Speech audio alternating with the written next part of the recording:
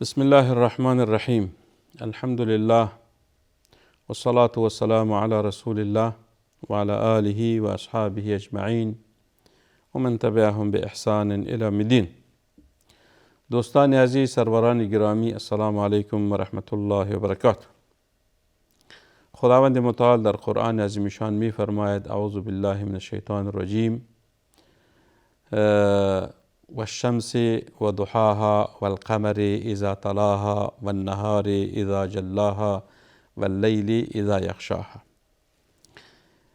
دوستان، ما در برنامه گذشته یک موضوع را آغاز کرده بودیم که مسائلی بود در رابطه به جهان، در رابطه به ترقی و پیشرفت بشر و انسانها.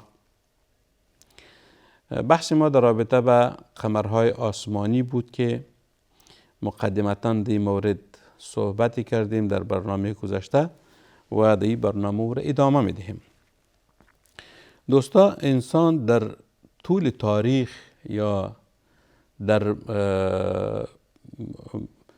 خلال گذشت تاریخ بشر و زمان چی میکند؟ با تحولات جدید روبرو میشود.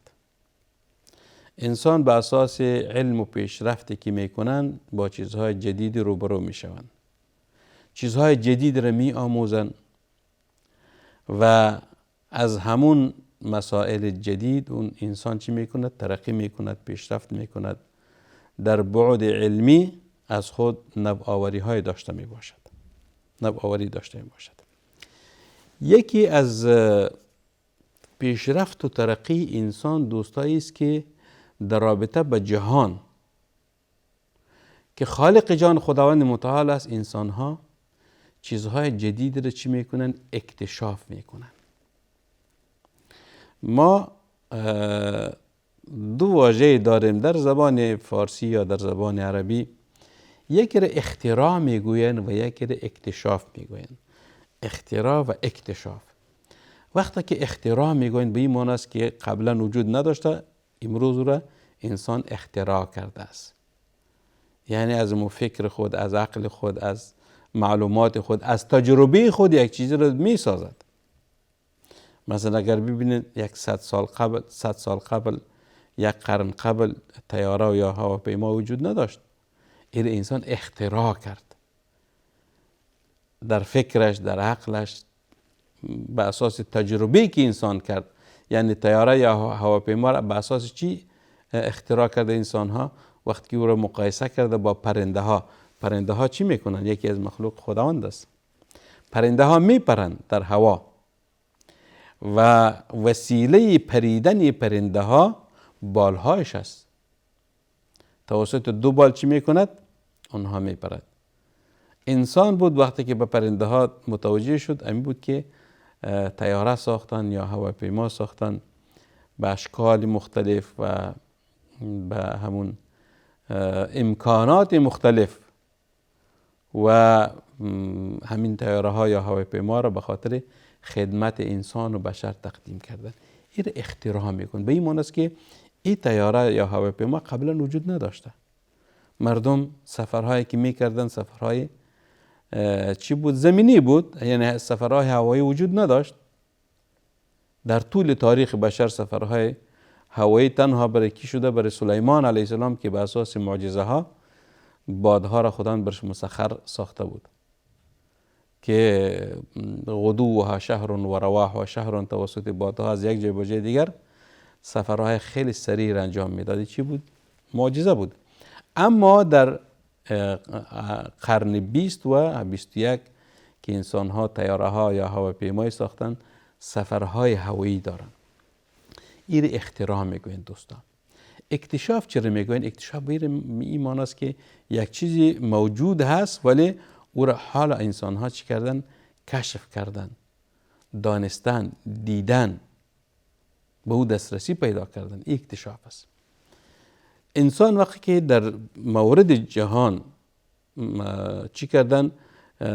تحقیق کردن و بحث های نمودن و وسایل مختلف را به کار انداختن، خصوصا در مسائل فضا که خداوند متعال فضا را آفریده هست. در فضا چی وجود دارد؟ ستاره ها، سیاره هاست، کهکشان هاست. این اکتشافات انسان ها به اساس وسایلی که در دسترس اونها هست از او استفاده کردن، دیدن که در جهان چی هست؟ میلیون ها ستاره هست، میلیون ها کهکشان های هست، سیاره های هست. این انسان کشف کرده است. یعنی قبلا وجود داشته ولی انسان ها آهسته آهسته به چی میکنن؟ پی میبرن و علمشون حاصل میشود. این اکتشاف میگوین.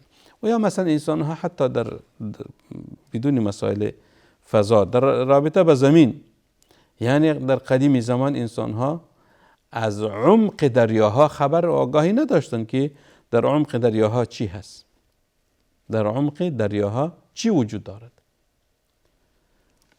تمام چیزها موجود بود ولی امروز علم یا همین وسایلی که انسان ها اختراع کردن اونها میدانن که در عمق دریاها چی وجود دارد، این عمق به چی اندازه هست، چی مخلوقات و چی موجودات دو یعنی قرار دارن. این کلش اکتشاف است، کلش اکتشاف است.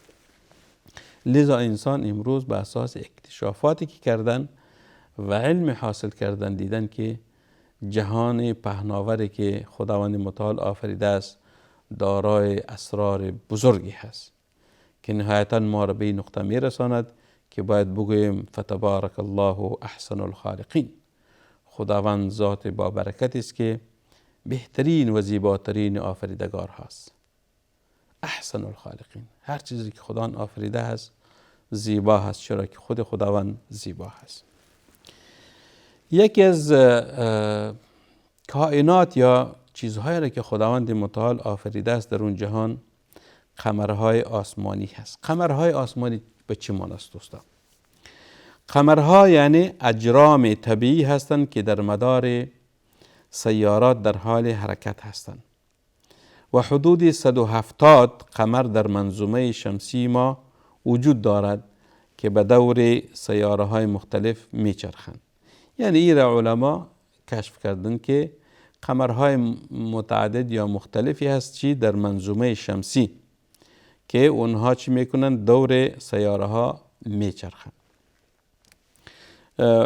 و ما تقریبا یک قمر مشهوری که او را ماه میگوییم و در قرآن کریم هم به لفظ قمر یاد شده است او را مشناسیم.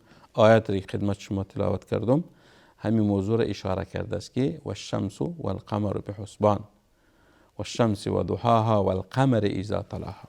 این را چی میگوید؟ این را قمر ماه میگوید.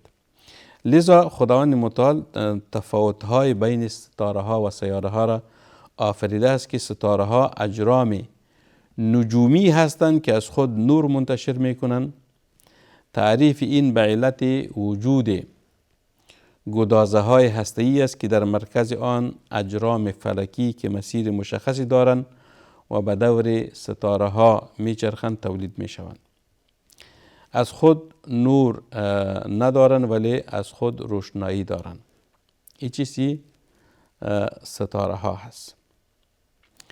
اما تفاوت هایی که در بین این ستاره ها و سیاره های وجود دارد است که اجرام نجومی به علت گدازه های هسته‌ای که در مرکز آن تولید می شود می تواند از خود نور منتشر کند و ما آن را به عنوان ستاره میشناسیم.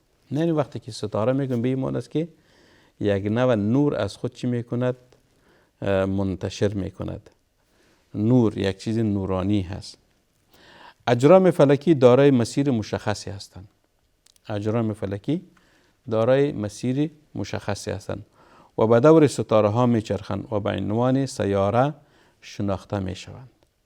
یعنی سیاره ها به دور ستاره ها میچرخند. این چیزی تمامش اجرام فلکی هست. اگر این موضوع رو ما در قرآن کریم ببینیم که قرآن کریم به او چه نوع اشاره کرده است. یکی از نظام خداوند در جهان است که تمام نظام فلکی در حال حرکت هست. خداوند متعال مدارهای را که برای این اجرام فلکی معین نموده است در همون مدارهای خود میچرخند. یک ذره نه منحرف می شوند و نه از مسیر خود فرار می کنند.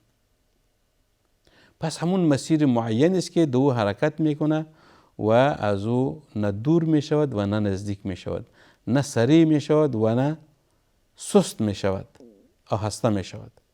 این چیز این نظام خداوند است.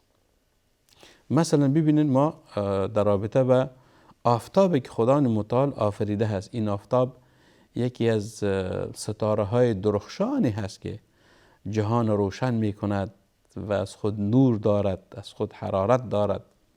این را خداوند متعال آفریده هست که در خدمت بشر باشد، در خدمت انسان باشد. و سخر لکم الشمس و القمر دائبین سخره. این خداوند مسخر ساخته است برای ما انسان ها که از نور آفتاب استفاده کنیم، از حرارت آفتاب استفاده کنیم، از انرژی آفتاب استفاده کنیم. همین انرژی آفتاب است که توسط از او نباتات می روید، سبزه ها می روید و نظام رویدن همین نباتات به اساس انرژی آفتاب هست. اگر انرژی آفتاب نمی بود رویدن این نباتات مشکل می بود. چرا؟ به خاطر اینکه که این نباتات به انرژی آفتاب نیاز دارد. قسمی که انسان هم به انرژی آفتاب نیاز دارد، به حرارت آفتاب نیاز دارد. جهان به نور آفتاب نیاز دارد. ما جهان بدون نور آفتاب و روشنی آفتاب دیده نمیتوانیم. مثلا اگر وقتی که شب می شود آیا شما آسمان می بینید؟ نه خیر. آیا چهاربرتان را می بینید؟ نه خیر. چهاربر مثلا وقتی که انسان در روز می باشد کوه ها را می بیند، آسمان می بیند که مسافت بین زمین و آسمان چقدر هست؟ میلیون ها کیلومتر هست بین زمین و آسمان، ولی در روز ما او را می بینیم. این مسافت دوره. به اساس چی؟ به اساس نور آفتاب. به اساس نور آفتاب. پس خداوند متعال همین آفتاب در یک مسیر معینی قرار داده است که در مسیر خود می چرخد و زمین هم در مدار آن آفتاب می چرخد. در اینجا هدف ما ایست دوستا که تمام منظومه شمسی و یا مثلا اجرام فلکی را خداوند متعال در حال حرکت آفریده است که اونها حرکت دارند، در مدارهای مختلف میچرخند، در مسیرهای مختلف میچرخند که هیچ یکی با دیگری نه تصادم میکند، نه انحراف از مسیر خود میکند و نه فرار از مدار خود میکند. یعنی در اون مدار معین خود در حال چرخش هست. مثلا اگر شما ببینید دوستا، یک مثالش بگویم، امروز ما چیزهایی که انسان ها ساختن و گازهای مختلف میکنن که در حال حرکت می باشد، مثلا یا اطفال دو می نشینند حرکت می کنند، یک حرکت معینی دارد. اگر او حرکت یا تیز شود یا مثلا کمی از مسیرش دور شود، منجر به چی می شود؟ به حوادث می شود. منجر به حوادث می شود، حوادث خیلی خطرناک. لذا خداوند متعال هم برای هر چیز مسیر تعیین کرده است که بعد از مسیر خود خارج نشوند. اگر شما دیده باشین در بعضی اوقات در خبرها میشنوین که یک ستاره به طرف زمین در حال حرکت هست. اگر این ستاره با زمین چی کرد، یعنی تصادم نمود، زمین چی میکند؟ زمین نابود میسازد. چرا؟ به خاطر اینکه بعضی ستاره خیلی بزرگی هست، خیلی بزرگی است، زمین که ده هزاران بار بزرگ است. بدون شک اگر تصادم کند زمین از بین میبرد. ولی از دیدگاه دین، از دیدگاه عقیده ما ایست که هیچ چیزی با هیچ چیز دیگری تصادم نمی کند. چرا؟ به خاطر از که تصادم این اجرام فلکی با هم دیگر سبب نابودی جهان می شود. اگر هر روز امی تصادم باشد پس چی می شود؟ این نظام که اجرام فلکی است یا منظومه شمسی است در هم بر هم می خورد. این نظام از بین می رود. این چه وقت صورت می گیرد؟ وقتی که جهان به نقطه پایانی می رسد. جهان پایان یافت، دیگه هر چیز در هم بر هم می خورد. نه آفتاب است، نه مهتاب است، نه ستاره است، نه سیاره است، نه آسمان است نه زمین است، دیگه همه چیز به پایان رسید. بو نقطه پایانی جهان است که ما به ایمان داریم و قرآن کریم به او اشاره کرده است. پس اجرام فلکی دارای مسیر مشخصی هستند و به دور ستاره ها میچرخند و به عنوان سیاره شناخته میشوند. ستاره ها از خود نور دارند، در حالی که سیارات از خود نور ندارند. یعنی تفاوت های بین چی؟ بین ستاره ها و سیاره ها، که سیاره ها نور ندارند از خود، ولی ستاره ها از خود نور دارند و نور خورشید را که به سوی آنها میتابد اون را منعکس میکند. ستاره ها در مکان خود ثابت میمانند، هرچند به نظر میرسد که اونها از سمت شرق به سوی غرب در حال حرکت هستند، اما موقعیت سیارات همانطور که به دور خورشید میچرخند تغییر میکند. اندازه ستاره ها در مقایسه با سیاره ها بزرگتر هست، یعنی ستاره ها را خداوند متعال بزرگتر از سیاره ها آفریده است، بزرگتر از سیاره است. مثلا اگر شما زمین که یکی از جمله سیاره هاست در منظومه شمسی، این را مقایسه کنید با دیگر ستاره ها، زمین خیلی کوچک است، خیلی کوچک است. این از چی است؟ تفاوت ها در حجم بین سیاره و ستاره است. شکل ستاره ها مانند یک نقطه است، در حالی که سیارات به شکل کروی شکل هستند.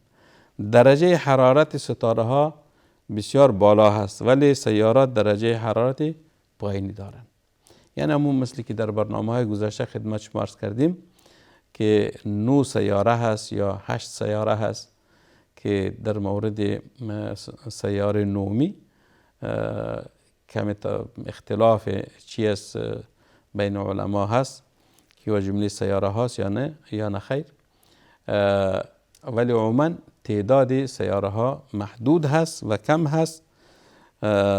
به می خاطر است که درجه حرارت ستاره ها بالاتر هست از درجه حرارت سیاره ها کرده. تنها یک ستاره در منظومه شمسی وجود دارد و میلیون ها ستاره ها در کل کهکشان های راه شیری قرار دارد. این چیزی تقریبا تفاوت ها بین بعضی ستاره ها و سیاره ها بود که خداوند متعال را به می شکل چی کرده است؟ آفریده هست و خداوند متعال بنده هایش را متوجه می سازد که در نظام کونی و در این جهان پهناور باندیشند، فکر کنند، تدبر بکنند تا خالق جهان را بشناسند و به او ایمان بیارن و به طاعت و بندگی از او بپردازند. این است هدف اولی و نهایی ما از دین ما و از فهم ما از کتاب خداوند و از قرآن عظیمشان. با آخر برنامه رسیدیم. با امید است که بهره برده باشین. خداوند متعال ما شما را از بنده های مؤمن و مخلصش قرار بدهد. و صلی الله و سلم و بارک علی سیدنا و نبینا محمد و علی آله و صحبه اجمعین. و السلام علیکم و رحمت الله و برکاته.